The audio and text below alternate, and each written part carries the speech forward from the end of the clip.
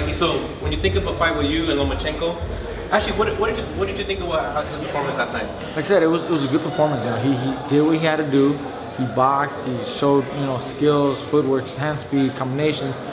He really performed the way he should. And it was a good night. He was able to just clearly dominate from the very first round, and Sosa didn't even have a chance. So what does a fight with Mikey Garcia and Lomachenko look like in your mind? How does it play out? It could be a good night, a good fight, or it could be a boring fight. I just don't know. It all depends on how he shows up and what he's trying to do, and how I fight that night. I won't know until it's there, but it has a recipe to be a great fight. It has all the ingredients to be a tremendous fight. So we might be able to get that soon, maybe later this year, next year. I don't know. So the question is, Linares was brought up, and now Lomachenko's brought up for you. So you have options. If it was up to you, which fight would you want to go? What way? I think Linares is the most interesting right now still, because he is already champion at 135. I'm champion at 135. He had a great performance a couple weeks ago, so that would really mean a lot. Fight with Flanagan for WBO unification match would also be big. So those two names are the ones that stand out the most. Lomachenko needs to move up to 35 first. Have a fight at 35 or win a title at 35 before it could be a serious talk. Right now, if that fight were to be next, me and Lomachenko 135, and I happen to beat him or knock him out, people are gonna discredit me saying that was too big. That is not his weight class. That it was too soon. So let him take a fight. Let him get in 135. Yeah, let him get a fight or two or a title fight, so he can actually be a bigger name. Did you think HBO would call out your name last night? I was a little surprised. I was there, Maxim and Mikey. Yeah, I was surprised too, but I guess they finally realize and see the kind of fighter that I am, and they hear about it. They hear about my name frequently. That they finally feel that there is a need to talk about him. And one more thing, you didn't have to break a sweat, and everybody's talking about you today. Isn't that amazing? You'd have to get punched, you'd have to land a punch, knock someone out. I didn't fight for 2.5 years, and yet people kept talking about me, and my numbers kept growing. So something must be, going well.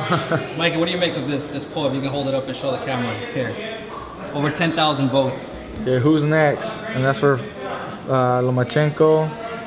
Is that Lomachenko's asking? Oh, 44% for Mikey. And 44% for Mikey. What is he asking, Mikey? You got Terry Flanagan, you got Mikey Garcia, Terence Crawford, or Anthony Joshua. And everybody wants you. Who the hell put Anthony Joshua? I think we're just some people voted for him. And they want to see you? They want to see me. Fans want to see me. That's good. That tells you, people actually listen and watch me too. I guess I do have some fans. People still talk about me. So is it important for you to fight a guy that? Well, let me ask you this: do you think Lomachenko's #1 pound for pound right now, or do you think that's up for debate? Because you're in that debate as well now. It's not. #1 pound for pound can change so many times. Everybody has their own opinion. Everybody has a list, so that really doesn't matter. He's got the skills to really dominate the way he has. Other fighters have great skills and they're not even considered. And I'll bring it up. I bring it up. In other times. Ring and doubt. He's got skills, tremendous skills, great fighter. Yeah, he doesn't have the attraction, he doesn't create the buzz, and he's left out a lot of times. But in skills, he has them. Lomachenko's been able to perform where ring and doubt wasn't. The times that he was there, he either didn't perform or just didn't do enough. So, I mean, that's why pound for pound really doesn't matter to me. That's not important to me. Are you impressed by all the hype that Lomachenko's getting? That he's a special fighter and all this? Or do you see that's part of the promotion. They're doing a good job. They're promoting him very well. The network HBO is doing a very good job promoting him. They talk about him and hit their fighters so much. That we were surprised they actually mentioned my name, because I haven't fought for HBO. I used to, but now I haven't recently. So maybe they're actually trying to fish me, trying to reel me back in. I don't know. Are you impressed, or do you think it's all hype? With Lomachenko? Mm-hmm. No, it's not hype. He really does have skills. It's not that. Now, let's see if he can do that when he fights guys at another level.